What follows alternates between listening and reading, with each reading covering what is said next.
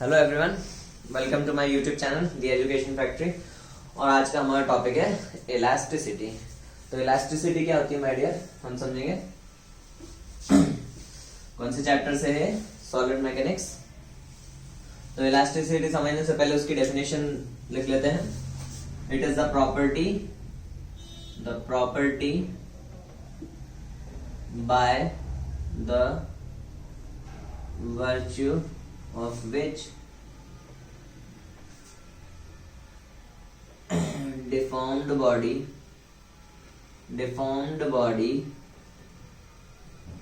regain its shape when the force causing deformation is removed। Okay, क्या बोल रहा है माय डियर? ये it is the property bye the virtue of which deformed body regain its shape when the force causing deformation is removed। यानी कि ऐसी property किसी भी मटेरियल की जो उसका शेप जो पहले था वापस रीगेन करवाने में मदद करे जब लोड या फोर्स हटा लिया जाए। एग्जाम्पल के लिए देखिए, मेरे पास एक स्केल है ना, इसका एक शेप है। अब मैं फोर्स लगाकर इसे डिफॉर्म कर रहा हूँ। इसे डिफॉर्म कर रहा हूँ। ध्यान से देखिए, डिफॉर्म हो गई।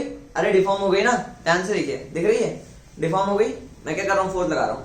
अब जैसे ही मैं फोर्स रिमूव करूंगा, फोर्स हटाऊंगा, तो क्या होगा देखिएगा, है ना। जैसे ही मैंने फोर्स हटाया, it just regained it shape. इसने अपना पुराना शेप वापस पा लिया। और ये किसकी वजह से हुआ माय डियर? ये किसकी वजह से हुआ? इलास्टिसिटी की वजह से। जिस प्रॉपर्टी की वजह से ये हुआ उसी को मैं कहूंगा इलास्टिसिटी। एक बार और देख लीजिए, मेरे पास एक स्पाइरल है। अगर मैं इसे डिफॉर्म करूं लोड लगाकर या फोर्स लगाकर, देखिए मैंने इसे डिफॉर्म किया, है ना। अब जैसे ही मैं लोड हटाऊंगा या फोर्स हटाऊंगा, रिमूव करूंगा, तो क्या होगा देखिएगा। क्या कर लिया इसने? इसने अपना शेप रीगेन कर लिया। और ये किस प्रॉपर्टी के कारण हुआ? इलास्टिसिटी के कारण। किस प्रॉपर्टी के कारण? इलास्टिसिटी कारण। उसी प्रॉपर्टी को मैं क्या कहूंगा? Elasticity. Okay, are you getting? तो अगर ये मटेरियल की प्रॉपर्टी है, तो दुनिया के हर मटेरियल क्या एक इलास्टिक मटेरियल है? बिल्कुल माय डियर। क्या हर मटेरियल एक इलास्टिक मटेरियल है? हाँ बिल्कुल। क्या ये मार्कर एक इलास्टिक मटेरियल है? हाँ बिल्कुल। अरे ये डिफॉर्म हो रहा है हल्का सा, अरे पता भी नहीं चल रहा आपको, लेकिन मैं छोड़ रहा हूँ, वापस क्या कर रहा है? रीगेन कर ले रहा है। लेकिन सबकी इलास्टिक लिमिट अलग अलग होती है। कोई मटेरियल कब तक उसका शेप वापस रीगेन कर लेगा। अरे एक लिमिट तक ही कर पाएगा माय डियर, उसे मैं क्या कहूंगा? Elastic limit. बस बात यह है कि इस स्पाइरल की इलास्टिक लिमिट ज्यादा है और इस मार्कर के मटेरियल की कम है ना। तो दुनिया का हर मटेरियल एक लिमिट तक इलास्टिक मटेरियल होता है। अरे समझ में आ रही है बात?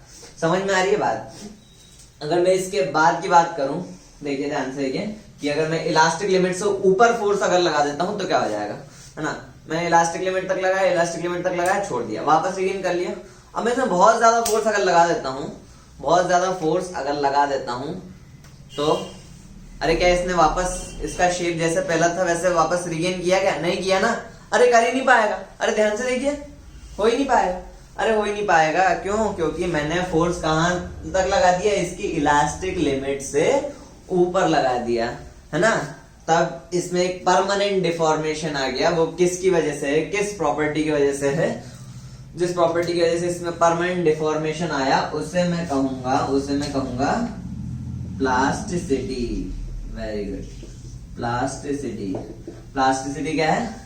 It is the property of the material by the virtue of which it retains its shape even after the removal of force. अरे मैंने फोर्स हटा लिया ना, उसके बाद भी देखो रिटेन हो गया, पहले जैसा शेप है ही नहीं, जो शेप बड़ा बना था वापस रिटेन रह गया। अरे रिटेन रह गया, नहीं रह गया? अरे समझ में आया? उस प्रॉपर्टी को क्या कहेंगे? प्लास्टिसिटी। और जहां तक कोई भी मटेरियल इलास्टिक है उसे क्या कहेंगे? उसकी इलास्टिक लिमिट। अरे समझ में आया नहीं आया? अरे हल्का आया, पूरा आया? एक बार और बता देता हूँ। इलास्टिसिटी क्या है? Property of the material by the virtue of which it regains its shape even after the removal of load. And plasticity क्या है? It is the property of the material by the virtue of which it retains its shape even after the removal of load or force. I hope elasticity and plasticity is pretty much clear to you, है ना? In next video we'll discuss the Hooke's law. What is Hooke's law? And we'll discuss some numerical after that. Okay.